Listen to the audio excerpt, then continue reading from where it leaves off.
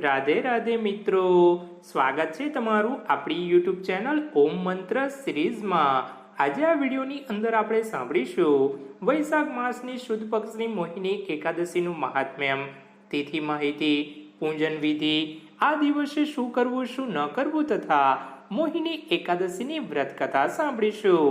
સનાતન ધર્મમાં વેદ અને પુરાણનું એક આગવું મહત્વ દર્શાવેલ છે। ગ્રંથોમાં મોહિની એકાદશીનું વિગતવાર વર્ણન કરવામાં આવ્યું છે। વૈશાખ માસની શુદ્ધ પક્ષમાં આવતી એકાદશીને મોહિની એકાદશી કહેવામાં આવે છે, જેના વ્રત કરવાથી સમસ્ત પાપ નષ્ટ થઈ જાય તથા મોહ આદિ પણ નષ્ટ થાય અને અંતે સ્વર્ગની પ્રાપ્તિ કરાવનારી એકાદશી છે। ધાર્મિક માન્યતાઓ અનુસાર એકાદશી તિથિના દિવસે ભગવાન વિષ્ણુને અર્પણ કરવાથી મનુષ્ય જાણે તપ યજ્ઞ દાન કર્મ કર્યા હોય તેમ માનવામાં આવે છે। હિન્દુ શાસ્ત્રમાં શ્રી વિષ્ણુ ભગવાનની કૃપા પ્રાપ્તિ માટે સૌથી ઉત્તમ વ્રત એકાદશીનું છે, જે તિથિનું એક આગવું મહત્વ છે। એકાદશી તિથિ દર માસમાં 2 વખત આવે છે, એક તો સુદ પક્ષ અને બીજી વદ પક્ષ। એકાદશી તિથિ જગતના પાલનહાર ભગવાન વિષ્ણુને સમર્પિત છે। તેમાં પણ વૈશાખ માસની આ મોહિની એકાદશીના દિવસે અશરણોને શરણ આપનાર જગતના પાલનહાર શ્રી વિષ્ણુ ભગવાનનું પૂજન કરવામાં આવે છે, અથવા વિષ્ણુ ભગવાનના મોહિની અવતારનું ખાસ પૂજન કરવામાં આવે છે તથા તેમના 10 અવતારમાંથી કોઈ પણ અવતારનું પૂજન કરી શકો છો। આ દિવસે રાત્રિના જાગરણમાં ભગવાનનું ભજન કીર્તન કરવાનું હોય છે। એકાદશીનો ઉપવાસ કોણ કરી શકે અને કેવી રીતે કરી શકે? એકાદશી વ્રતનો ઉપવાસ વૈષ્ણવ, શુદ્ધ, ક્ષત્રિય કે વૈશ્ય કે પછી નાના મોટા સર્વે આ વ્રત કરી શકે છે। એકાદશીના દિવસે જો કોઈ બીમાર વ્યક્તિ રોગથી પીડાતો હોય, ઉંમરલાયક વ્યક્તિ હોય, નાના બાળકો અથવા વ્યસ્ત વ્યક્તિ એટલે કે જે વધારે મજૂરી અને શ્રમ કરતા હોય તેમને એક વેળાનું વ્રત કરવું જોઈએ અને તેમાં ફક્ત ફળો ખાવા જોઈએ। જો આ પણ શક્ય ન હોય તો એકાદશીના દિવસે ચોખા, મીઠું અને ડુંગળી લસણ ન ખાવા જોઈએ।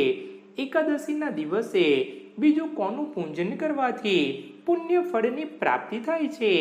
એકાદશીના દિવસે વિષ્ણુ ભગવાનના પૂજનની સાથે સાથે કામધેનુ ગાય માતા, વૃંદા એટલે તુલસી માતા, પીપળાનું વૃક્ષ અને શિવલિંગનું પૂજન કરવામાં આવે છે। આમ કરવાથી ગીતામાં શ્રી કૃષ્ણ ભગવાનના કહેવા મુજબ કોઈનું પૂજન શેષ રહેતું નથી। આ દિવસે વિષ્ણુ ભગવાનના પૂજનની સાથે સાથે તમારા ઈષ્ટદેવનું પૂજન પણ અવશ્ય કરો। દર માસે 2 એકાદશી આવે છે અને 3 વર્ષે આવતા પુરુષોત્તમ માસની 2, એમ કુલ 26 એકાદશીઓનો ઉલ્લેખ આપણા હિન્દુ શાસ્ત્રમાં થયો છે। હવે આપણે જાણીએ વૈશાખ માસની શુદ્ધ પક્ષની મોહિની એકાદશીની તિથિ માહિતી। આ વર્ષે 2023ની વૈશાખ માસની શુક્લ પક્ષની મોહિની એકાદશીની તિથિની શરૂઆત 30 એપ્રિલ 2023 રવિવાર રાત્રે 8:28 થાય છે। તિથિની સમાપ્તિ 1 મે 2023 સોમવાર રાત્રે 10:09 થાય છે। ઉપવાસ સૂર્યોદયથી શરૂ થતો કરવો જોઈએ, માટે મોહિની એકાદશીનો ઉપવાસ 1 મે 2023 સોમવારના રોજ કરવો। આ દિવસે પૂજનનો શુભ સમય સવારે 6:08 થી 7:45 સુધીનો છે।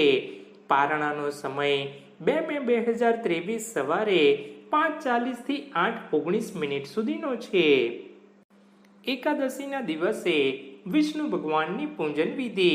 એકાદશી વ્રતના નિયમ દસમ તિથિના 7 થી શરૂ થઈ જાય છે, એટલે કે 30 એપ્રિલથી।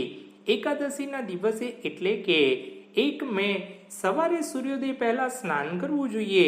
સાફ કપડાં પહેરીને ભગવાન વિષ્ણુની મૂર્તિ કે છબી સામે બેસીને એકાદશી વ્રત કરવાનો સંકલ્પ કરવો જોઈએ અને પૂજનમાં ભગવાન વિષ્ણુના 10 અવતારમાંથી કોઈ પણ અવતારની પૂજન વિધિ વિધાન સાથે કરો। એક બાજટ પર પીળા રંગનું વસ્ત્ર પાથરીને તેના ઉપર ભગવાનની છબીને સ્વચ્છ કપડા વડે સાફ કરીને બાજટ પર મૂકો. જો તમારી પાસે વિષ્ણુ ભગવાનની મૂર્તિ હોય તો તેની ઉપર દક્ષિણમુખી શંખ વડે સૌપ્રથમ શુદ્ધ જળ ચડાવો, પછી પંચામૃતથી સ્નાન કરો, સાથે વિષ્ણુ સહસ્ત્ર નામનો જાપ અવશ્ય કરો. તે પછી ફરીથી શુદ્ધ જળ ચડાવો. તે પછી ભગવાનને ગંધ, ફૂલ, ધૂપ, દીપ, નૈવેદ્ય વગેરે પૂજન સામગ્રી અર્પણ કરો. તુલસી વિષ્ણુ ભગવાનને અતિ પ્રિય છે, માટે તુલસી પત્ર ચડાવવાનું ભૂલતા નહીં. મોહિની એકાદશીના દિવસે વિષ્ણુ ભગવાનના મોહિની અવતારનું પૂજન કે દર્શન અવશ્ય કરો. આ દિવસે ખાસ ભગવાનને પીળા રંગનું વસ્ત્ર, પીળા ફૂલ, પીળા રંગની મીઠાઈ વગેરે અર્પણ કરો. આરતી કરો, વિષ્ણુ સહસ્ત્ર નામનો જાપ કરો તથા મોહિની એકાદશીની કથા વાર્તા વાંચો કે સાંભળો. આ જ રીતે સવાર અને સંધ્યા સમયે પૂજન કરો અને રાત્રિના શક્ય બને તેટલું ભગવાનનું નામ લેતા લેતા જાગરણ અવશ્ય કરો. એકાદશીના દિવસે શું કરવું જોઈએ? એકાદશીના સંપૂર્ણ દિવસે મનમાં ઓમ નમો ભગવતે વાસુદેવાય મંત્રના જાપ કર્યા કરવા, વિષ્ણુ સહસ્ત્ર નામનો સ્તોત્ર કરવો, વિષ્ણુ અષ્ટોત્તરી નામાવલી, કૃષ્ણ નામાવલી, વિષ્ણુ ચાલીસા, રામ રક્ષા સ્ત્રોત, શ્રીમદ ભગવદ્ ગીતાના 12મા અને 15મા અધ્યાયનું પઠન શ્રવણ કરવું જોઈએ. એકાદશીના દિવસે શું ન કરવું જોઈએ? એકાદશીના દિવસે વાળ, નખ ન કાપવા જોઈએ. આ દિવસે ચોખા, ભોજન, ચણા, માંસાહાર ન ખાવો. તામસિક ગુણો ધરાવતી વસ્તુઓનું સેવન પણ ટાળવું જોઈએ. જૂઠું બોલવું નહીં, કોઈની નિંદા ન કરવી, કોઈની ચાડી ચુગલી ન કરવી, બ્રહ્મચર્યનું પાલન કરવું, વડીલોનું અપમાન ન કરવું, ખોટી ખરાબ વૃત્તિ ધરાવતા લોકોની સાથે સંગતિથી બચતું રહેવું. જેમણે એકાદશીનું વ્રત કર્યું હોય તેમણે સવારે દાંતણ ન કરવું. ડુંગળી, લસણ, તામસિક ભોજન 3 દિવસ એટલે કે દસમ, એકાદશી અને બારસના દિવસે ન લેવા. એકાદશી પર તુલસી પાન ન તોડવા. તુલસી વિષ્ણુ ભગવાનને અતિ પ્રિય છે. પ્રસાદ કે ભોગ અર્પણ કરવા માટે તુલસી 1 દિવસ અગાઉ તોડી લેવા. હવે આપણે પૂજન સમયની વ્રત કથા સાંભળીએ તે પહેલા વિષ્ણુ ભગવાનનું ધ્યાન ધરી લઈએ. ઓમ નમો ભગવતે વાસુદેવાય. જો તમે પહેલી વાર આ ચેનલ પર આવ્યા છો તો ચેનલ સબસ્ક્રાઇબ કરી બેલ આઇકોન દબાવો અને વિડીયો પસંદ આવે તો લાઈક કરી તમારા સાથી મિત્રોને અચૂકથી શેર કરો. ઓમ નમો ભગવતે વાસુદેવાય. વૈશાખ માસની શુદ્ધ પક્ષની મોહિની એકાદશીની વ્રત કથા.